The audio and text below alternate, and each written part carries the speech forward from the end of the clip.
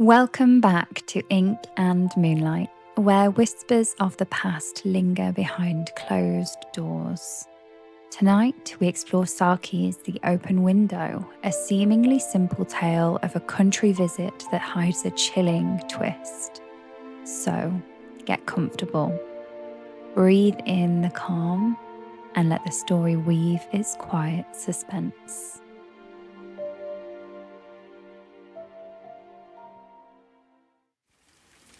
"My aunt will be down presently, Mr. Nuttall," said a very self-possessed young lady of 15. "In the meantime, you must try and put up with me."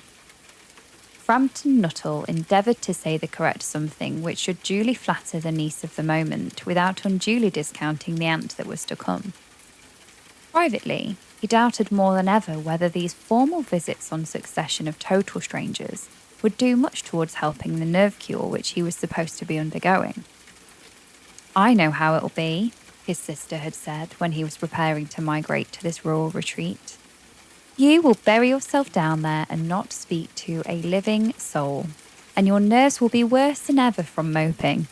I shall just give you letters of introduction to all the people I know there. Some of them, as far as I can remember, were quite nice." Frampton wondered whether Miss Sappleton, the lady whom he was presenting one of the letters of introduction, came into the nice division. "Do you know of many people round here?" asked the niece, when she judged that they'd had sufficient silent communion. "Hardly a soul," said Frampton. "My sister was staying here, at the rectory, some 4 years ago, and she gave me letters of introduction to some of the people here."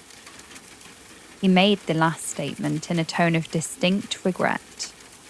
"Then you know practically nothing about my aunt?" perused the self-possessed young lady.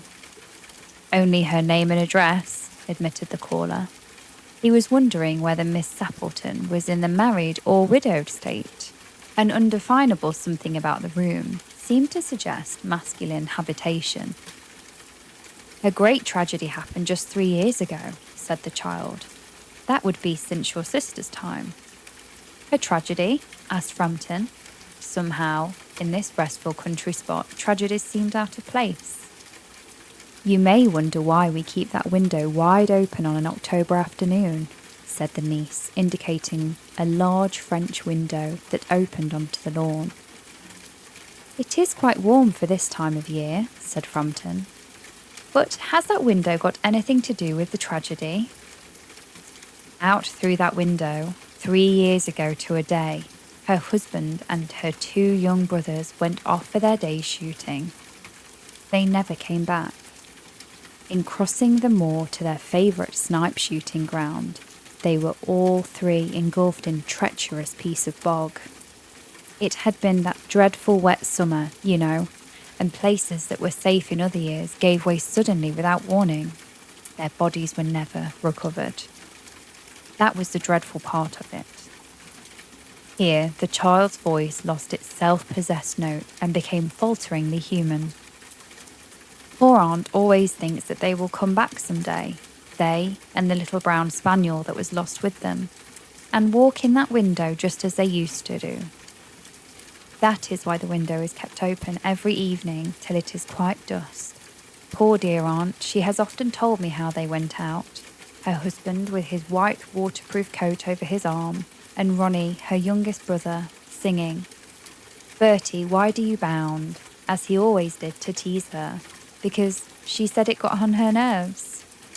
Do you know, sometimes on still, quiet evenings like this, I almost get a creepy feeling that they will all just walk in through that window." She broke off with a little shudder. It was a relief to Frampton when the aunt bustled into the room with a whirl of apologies for being late in making her appearance. "I hope Vera's been amusing you," she said. "She has been very interesting," said Frampton. "I hope you don't mind the open window," said Mrs. Sappleton briskly. "My husband and brothers will be home directly from shooting, and they always come in this way. They've been out for a snipe in the marshes today, so they'll make a fine mess over my poor carpets." "So like you men folk, isn't it?" She rattled on cheerfully about the shooting and the scarcity of birds and the prospects for duck in the winter. For Frampton, it was all purely horrible. He made a desperate but only partially successful effort to turn to talk on less of a ghastly topic. He was conscious that his hostess was giving him only a fragment of her attention, and her eyes were constantly straying past him to the open window and the lawn beyond. It was certainly an unfortunate coincidence that he should have paid his visit on this tragic anniversary.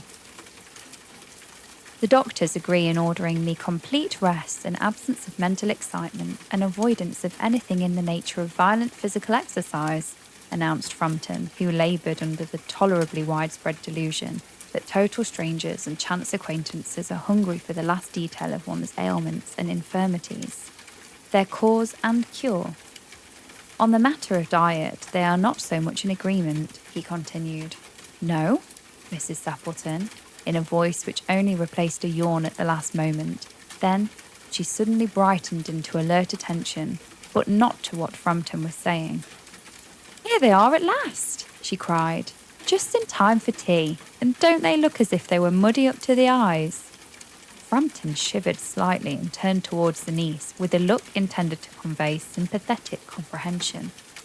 The child was staring out through the window, with open, dazed horror in her eyes. In a chill shock of nameless fear, Frampton swung round in his seat and looked in the same direction. In the deepening twilight, 3 figures were walking across the lawn towards the window. They all carried guns under their arms, and one of them was additionally burdened with a white coat hung over his shoulders. A tired brown spaniel kept close at their heels. Noiselessly, they neared the house, and then a hoarse young voice chanted out of the dusk, "I said, Bertie, why do you bound?" Frampton grabbed wildly at his stick and hat. The hall door, the gravel drive, and the front gate were all dimly noted stages at his headlong retreat. A cyclist coming along the road towards him had run into the hedge to avoid imminent collision. "Here we are, my dear," said the bearer of the white mackintosh, coming in through the window. "Fairly muddy, but most of it's dry. Who was that who bolted out as we came up?" "A most extraordinary man, a Mr. Nuttall," said Mrs. Sappleton. "Could only talk about his illnesses, and dashed off without a word of goodbye or apology when you arrived. One would think he'd seen a ghost." "I expect it was the spaniel," said the niece calmly. "He told me he had a horror of dogs. He was once hunted into a cemetery somewhere on the banks of the Ganges by a pack of pariah dogs, and had to spend the night in a newly dug grave with the creature snarling and grinning and foaming just above him. Enough to make anyone lose their nerve." Romance at short notice was her speciality. And so, the tale reminds us appearances can deceive, and the most innocent stories may hold a shadow. Thank you for joining me beneath the moonlight. If this story gave you a shiver or made your heart skip, please subscribe for more weekly tales. Sleep well, dream deeply, and may the moonlight guide you home.